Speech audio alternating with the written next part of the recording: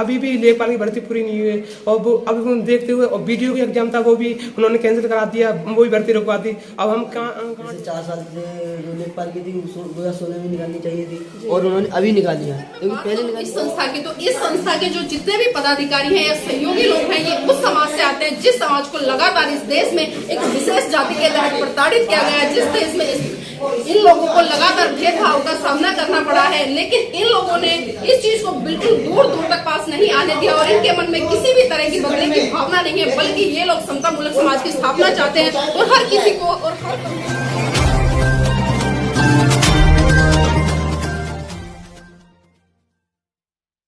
नमस्कार, आप देख रहे हैं एनबी न्यूज 24x7 नीलम बोध के साथ। और हम उत्तर प्रदेश के शाम विहार कॉलोनी नराज में, जो कि आगरा में पड़ता है, और आज हम लेकर आए हैं आपको डॉक्टर भीमराव अंबेडकर सामाजिक परिवर्तन एवं विकास संस्थान में। तो आज यहीं पर जानना चाहेंगे और एक राजनीतिक चर्चा करेंगे। आखिर आज का जो यूथ है क्या सोचता है राजनीति के बारे में और राजनीति को लेकर कितना सक्रिय है युवा, क्या वो सही मायने में आज राजनीति को समझ रहा है या फिर से वही चीजें चलती आ रही कि जैसा परिवार वालों ने कहा या घर वालों ने कहा उसी के आधार पर वोट डाल दिया। तो यहाँ पर कुछ मैनेजमेंट के लोग हैं, उनसे भी जानना चाहेंगे आपका नाम क्या है? जी मैडम, मेरा पंकज सिंह नाम है। मैं इस संस्था का कोषाध्यक्ष हूँ और यहाँ पर संस्था कंपटीशन के बच्चे आते हैं जो डेली कंपटीशन तैयारी कर रहे हैं। जी पंकज जी, जानना चाहेंगे ये संस्था कितने सालों से रन कर रही है? ये 2001 से स्थापित हुई है और 2001 से आज 2023-22 चल रही है, जिसमें 11 साल हो चुकी है। और 11 साल में इस संस्था ने कम से कम 200 बच्चे प्लस सिलेक्शन दे चुकी है, जो अलग अलग डिपार्टमेंट सरकारी विभागों में तैयारी कर रहे हैं इसमें बच्चे। और आज के समय में बहुत बेरोजगारी भी है और बेरोजगारी को देखते हुए कुछ हमारे समाज में वंचित और कमजोर वर्ग के बच्चे हैं जो पढ़ाई लिखाई नहीं कर पाते हैं, उसको देखते हुए ये संस्था उस कार्य को कर रही है और बच्चों को सुविधा दे रही है कि यह सेल्फ स्टडी और उसके अलावा अध्ययन स्टडी भी दे रही है। जी, साथ साथ ये भी जानना चाहेंगे कि जो ये संस्था है नो प्रॉफिट नो लॉस के तहत चलती है या फिर कुछ चार्ज किया जाता है? इसमें केवल नाम मात्र का सहयोग राशि ली जाती है, वैसे इसमें कोई कॉस्ट नहीं है। 24 घंटे लाइब्रेरी खुली रहती है और यहाँ पर बच्चों को बेहतरीन शिक्षा दी जा रही है।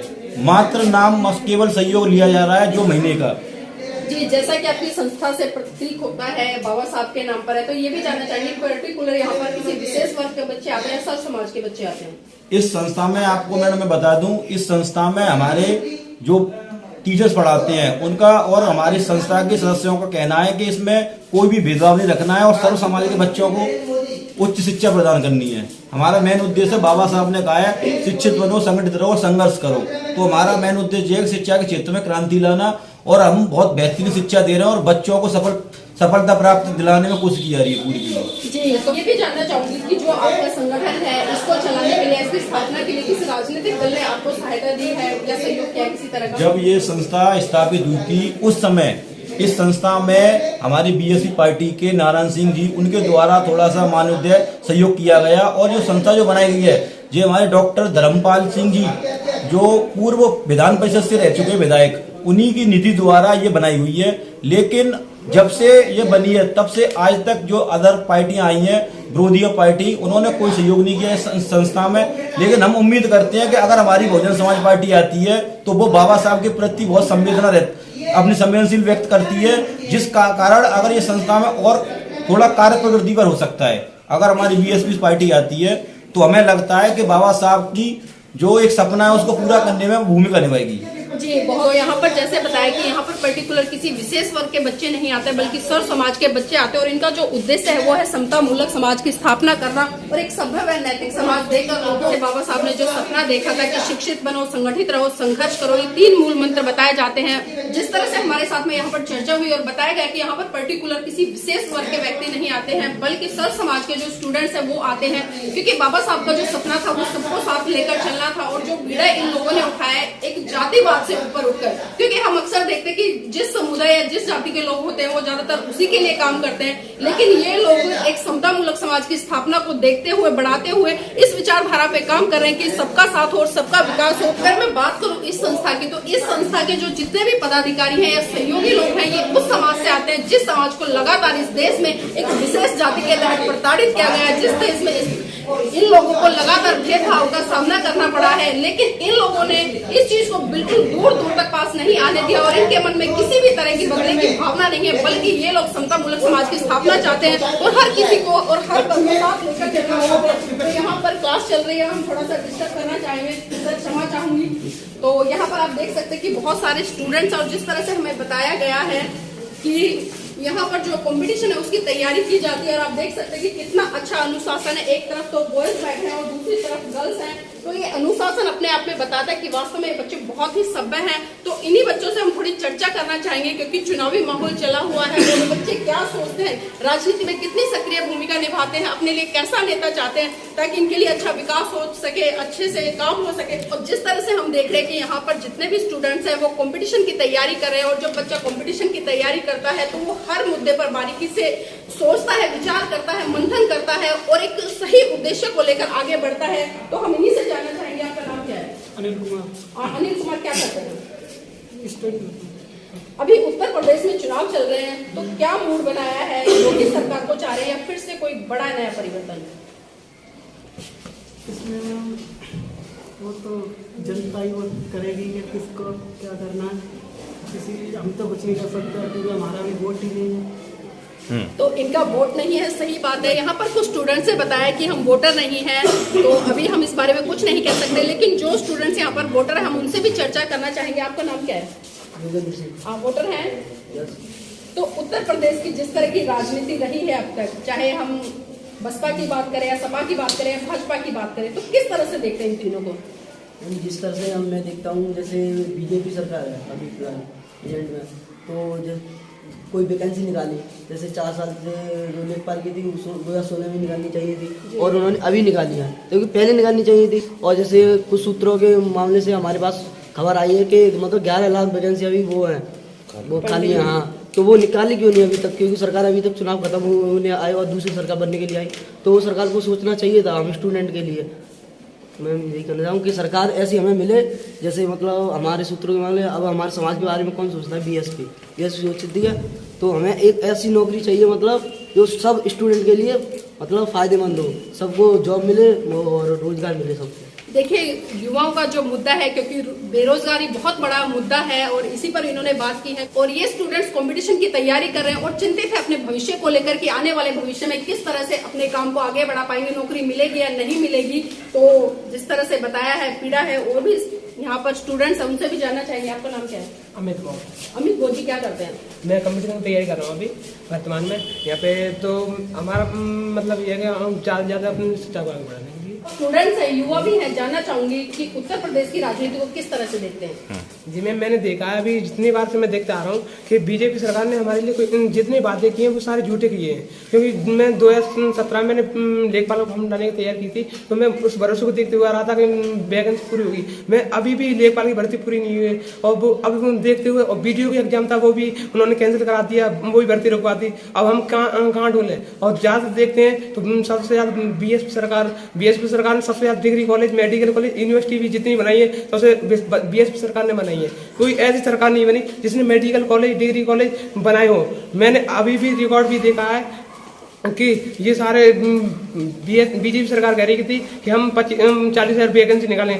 40,000 तो वैकेंसी नहीं, उनमें से 25,000 वैकेंसी निकाली, वो भी वैकेंसी पूरी भी नहीं हो पा रही है। और यूपी सरकार ने पूरी 5 साल में 2 बार यूपी पुलिस की वैकेंसी निकाली है और कोई वैकेंसी निकाली नहीं है। तो देखिए, अगर मैं ये कहूंगी कि जिस तरह से भाजपा आज अपने मैनिफेस्टो में बड़े बड़े सपने दिखा रही है, कह रही है कि अगर हम दोबारा से सरकार में आते हैं तो युवाओं को रोजगार देने का काम करेंगे, लेकिन जिस तरह से युवाओं ने बताया कि अब तक जितनी भी वैकेंसी निकाली है तो पेपर लीक कर दिए गए हैं या वो निकली नहीं है, तो यहाँ पर हर वर्ग का युवा कहीं ना कहीं पीड़ित है और त्रस्त है इस सरकार से। यहाँ पर गर्ल्स के हमसे भी जाना चाहिए, मेरा नाम क्या है? आकाश क्या करते हैं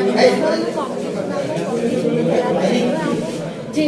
अभी उत्तर प्रदेश में राजनीति का माहौल गरमाया हुआ है, तो किस तरह से देख रहे हैं, क्योंकि आप छात्र हैं और कुछ सपने भी हैं आपके? काफ़ी सारी वैकेंसियाँ निकली थी पिछले साल और अब भी निकली है, लेकिन कुछ भी नहीं हो रहा। 4 साल 5 साल से कुछ भी नहीं हुआ। भाजपा ने सब कुछ नहीं हो पा रहा, लेकिन बीएसपी हमारे लिए बहुत सोचती है, वैकेंसी भी निकालती है और आगे भी वैकेंसियाँ निकालेगी।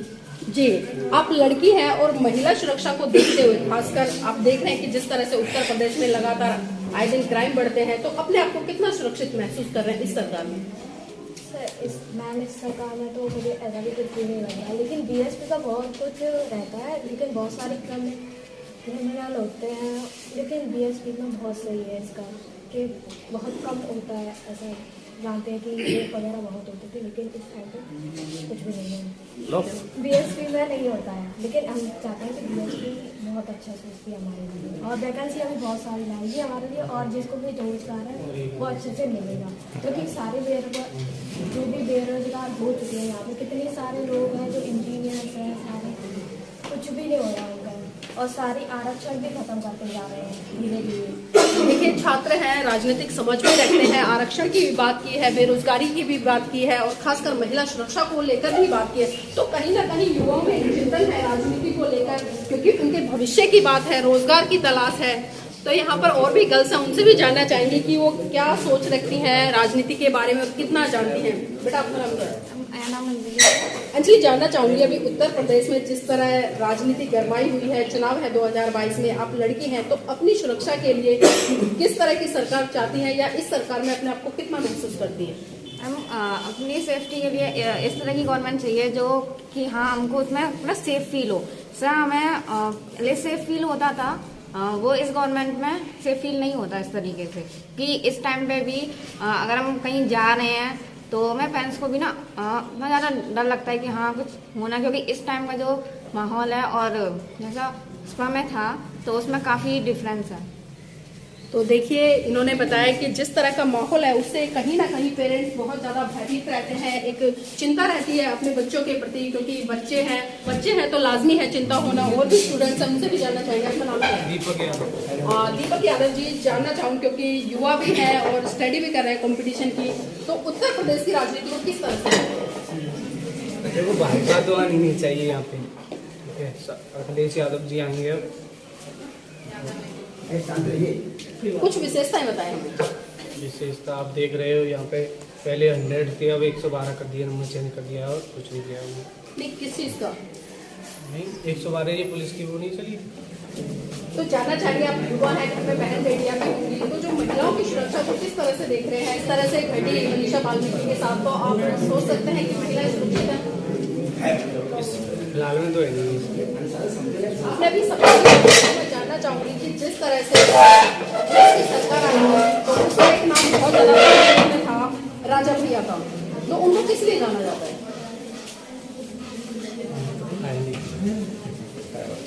नहीं पता है। राजा भैया के बारे में आप ज्यादा नहीं जानते हैं, लेकिन फिर भी मैं थोड़ा सा आपको बताना चाहूंगी, क्योंकि जिस समय उत्तर प्रदेश में बहन जी की सरकार आई थी उस समय जो राजा भैया था उनका बहुत ज्यादा दहशत थी, और जिस तरह से क्राइम बढ़ रहे थे, क्योंकि एक तरह से कहेंगे कि उत्तर प्रदेश में उनका गुंडा राज चलता था, और जब बहन जी की सरकार आई तो उन्होंने उनको जेल में डालने का काम किया था। लेकिन जब दोबारा से बहन जी की सरकार नहीं आ पाई थी और अखिलेश जी आए थे, तो अखिलेश जी ने उनको जेल मंत्री बनाया था, तो इस पर क्या कहना है? है, चुप हो गए हैं, शायद उनको पता नहीं है, लेकिन फिर भी कहीं ना कहीं हम युवाओं से होप लगाते हैं कि युवा कंपटीशन की तैयारी कर रहे हैं तो बहुत सारे मुद्दों पर मुखर होकर अपनी बात रखेंगे और सोचते हैं, विचारते हैं कि उत्तर प्रदेश की राजनीति को किस तरह से देख रहे हैं।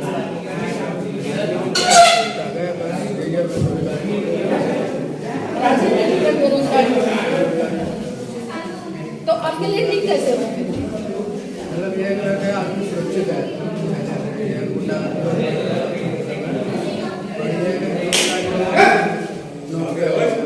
आपको एनआरसी का मुद्दा पता है? नहीं पता। अभी 2019 में भारतीय जनता पार्टी एक एनआरसी कानून लेकर आई थी, जिसमें कि जो इस देश में मुसलमान रह रहे हैं उनको साफ साफ कहा था कि भाई मुसलमानों को इस भारत में रहने का अधिकार नहीं, अगर रहना है तो उनको डॉक्यूमेंटेशन है वो पूरी करनी पड़ेगी। इसके बारे में कोई जानकारी नहीं है? नहीं, मुझे इस बारे में कोई जानकारी न्यूज़ नहीं देखते? नहीं, जानकारी नहीं है। और भी स्टूडेंट्स हैं, उनसे भी जानना चाहेंगे। आपका नाम? निशार अहमद जी। निशार अहमद जी, अभी फिलहाल कॉम्पिटिशन की तैयारी कर रहे हैं, तो राजनीति में भी रुचि रखते होंगे, पढ़ते होंगे, तो इस बार क्या लग रहा है उत्तर प्रदेश में कोई बदलाव चाह रहे हैं या फिर से बदलाव तो तो फिर हम सरकार आएगी हमारा तो क्या लगता है? सपा आनी चाहिए निकाली अच्छा, आप मुस्लिम समुदाय से आते हैं तो जानना चाहूँगी मुजफ्फरनगर के दंगे जो हुए थे वो किसके शासनकाल में हुए थे? नहीं पता। देखिए, युवा है लेकिन फिर भी जो बेसिक जानकारियां होती हैं, जितने बड़े स्तर पर अगर हम बात करें, युवा काफी चिंतन मनन करते हैं, सोचते हैं राजनीति के बारे में, लेकिन यहाँ पर बहुत सारे युवाओं को अभी उन चीजों की जानकारी नहीं है, क्योंकि युवा है, युवा सिर्फ एक ही चीज चाह रहा है कि कोई अच्छी सरकार आए और हमें अच्छे रोजगार मुहैया कराए जाए ताकि हम अपने जीवन को अच्छे से सुचारू रूप से चला सके। और जिस तरह से आप यहाँ पर देख रहे हैं, डॉक्टर भीमराव अंबेडकर सामाजिक परिवर्तन एवं विकास संस्था है, और जिस तरह से आपको बता दें कि जो इसके संस्थापक रहे हैं संजेश कुमार वर्मा जी रहे हैं, उसी के साथ साथ में मुख्य संरक्षक हैं तो आप देख सकते हैं कि ये लोग बहुत ही महत्वपूर्ण भूमिका निभा रहे हैं, क्योंकि इन लोगों ने यहाँ पर एक बीड़ा उठाया है कि सर समाज को साथ लेकर चले और सर समाज के बच्चों को कंपटीशन की तैयारी कराकर उनको आगे बढ़ाए। और यहाँ पर एक लिस्ट लगी हुई है बहुत लंबी चौड़ी, क्योंकि ये वो नाम है जितने भी स्टूडेंट्स यहाँ पर आए हैं जिन्होंने यहाँ से कोचिंग ली है और कोचिंग के बाद वो किसी न किसी पद पर आसीन हुए हैं और सरकारी पदों पर आसीन हुए हैं। और इसी के साथ साथ एक बहुत ही महत्वपूर्ण बात बताती चलूं, क्योंकि जो भी छात्र या छात्रा यहाँ से पढ़कर जाते हैं वो बाद में भी यहाँ पर सहयोग करते हैं, क्योंकि पे बैक टू सोसाइटी का जो कॉन्सेप्ट हम अच्छे तरीके से जानते हैं, बहुत सारे लोग जानते हैं, तो उस रूप में ये संस्था बहुत ही अच्छे तरीके से यहाँ पर काम कर रही है। और यहाँ पर एक अध्यापक गण भी है, उनसे भी जानना चाहेंगे सर किस तरह से बच्चों को कोचिंग देते हैं। हम यहाँ पे सिस्टम से क्लास चलती है, मैथ की, जीके की, रीजनिंग, जो भी ये लड़के हैं पुलिस वाले हैं, और जीडी एसएससी कांस्टेबल है, हमारा लोअर पीसीएस है, लेखपाल है, रेलवे है, सबकी क्लास चलती है सिस्टम से। और बच्चे यहाँ से गरीब तबके से लड़के आते हैं, सर्व कास्ट और सर्व समाज के आते हैं, यहाँ कोई जातिवादी नहीं होता है। और हम सभी लोग चारों स्टाफ के लोग सही मिलजुल के इनको शिक्षा का देते हैं और इनको आगे बढ़ाते हैं। जी बहुत बहुत धन्यवाद। तो देखिए, यहाँ पर पर्टिकुलर राजनीति की बातें नहीं होती है, चर्चाएं होती होंगी, लेकिन किसी को फोर्स नहीं किया जाता है। जिस तरह से आज हमने स्टूडेंट से जाना और स्वतंत्र रूप से छात्र छात्राओं ने अपनी बात रखी है, तो बहुत अच्छी मुहिम है इस संस्था की और बहुत अच्छा काम कर रही है। तो एक बार जो संस्था चल रही है, हम इसके बारे में थोड़ा और ज्यादा जानना चाहेंगे कि आखिर यहाँ पर क्या क्या सुविधा है, कैसे पढ़ाया जाता है। एक बार हमें जो आपकी संस्था है उसका थोड़ा दिखा दीजिए, किस तरह से जी मैडम, यहाँ पर कंपटीशन की तैयारी चल रही है। जैसे क्लास में भी देखो छुट्टी हुई है आपके सामने, बच्चों की अपने क्लास में डेमो भी लिया है, मतलब क्लास की चर्चा की है, बच्चों से बात की। अब थोड़ा सा हम आपको लाइब्रेरी के बारे में थोड़ा बताते हैं इसमें क्या होता है। चलिए, ये संस्था का इधर मेन गेट है, यहाँ से ये बच्चे आ रहे हैं सामने।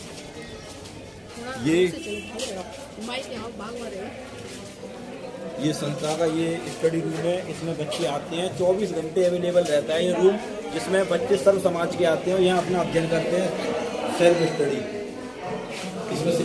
इसमें कुछ बच्चे रात में भी रुकते हैं, जो अपने सोते हैं यहीं पर संस्था में अपना अध्ययन कर रहे हैं। ये बच्चे इसमें फोटो लगे हुए हैं, ये सभी यहीं से सफल हुए, अध्ययन किया है इन्होंने, किसी ने सेल्फ स्टडी की है और किसी ने कोचिंग की है इसी संस्था से। और आगे ये संस्था का ये रूम है। और ये संस्था समय समय पर धार्मिक और सांस्कृतिक कार्यक्रम भी आयोजन कराती है।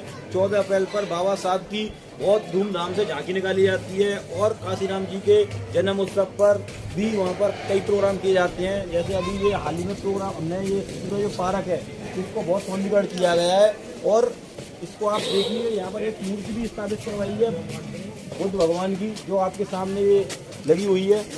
इस पार्क का थोड़ा भ्रमण कीजिए आप, जिससे समाज के लोगों में एक संदेश जाए, से पता पड़े कि हाँ अपने समाज में एक कार्य चल रहा है, जिससे धार्मिक कार्य भी चल रहा है और बौद्ध धर्म को ये भी प्रचार किया जा रहा है। इस कारण से इस पार्क के अंदर एक मंदिर भी बना हुआ है जो आपके सामने है, लेकिन इसे हम किसी की भावनाओं को ठेस नहीं पहुँचाना चाहते हैं। जो अपनी सुरक्षा से मानता है वो मानता है। कुछ बच्चे ऐसे भी हैं जो धर्म को मतलब अपने इस हिंदू धर्म को नहीं मानते हैं, बौद्ध धर्म को मानते हैं। कुछ ऐसे भी हैं जो हिंदू धर्म को मानते हैं। अब उनकी हम भावनाओं को ठेस नहीं पहुंचा सकते हैं, वो अपनी श्रद्धा है, किसको कौन माने, लेकिन हमारा काम तो शिक्षा के क्षेत्र में काम करना है। और बाबा साहब का सपना है कि सब वंचित और शोषित समाज को ऊपर उठाने का कार्य किया जाए, जिससे बच्चों में शिक्षित हो, संघर्ष हो, संगठित रहे सभी लोग और समाज में एक अच्छा एक ग्रोथ हो और जिससे बच्चों का भविष्य उज्ज्वल हो और बाबा साहब यही कहते थे, इसी विचार को फॉलो करते हुए संस्था काम कर रही है। मेरा चैनल, आपका चैनल, समाज का चैनल, देश का चैनल NV News 24/7 को आप लाइक करें, सब्सक्राइब करें और ज़्यादा से ज़्यादा इसकी वीडियो को शेयर करें ताकि हर खबर को मैं आप तक आसानी से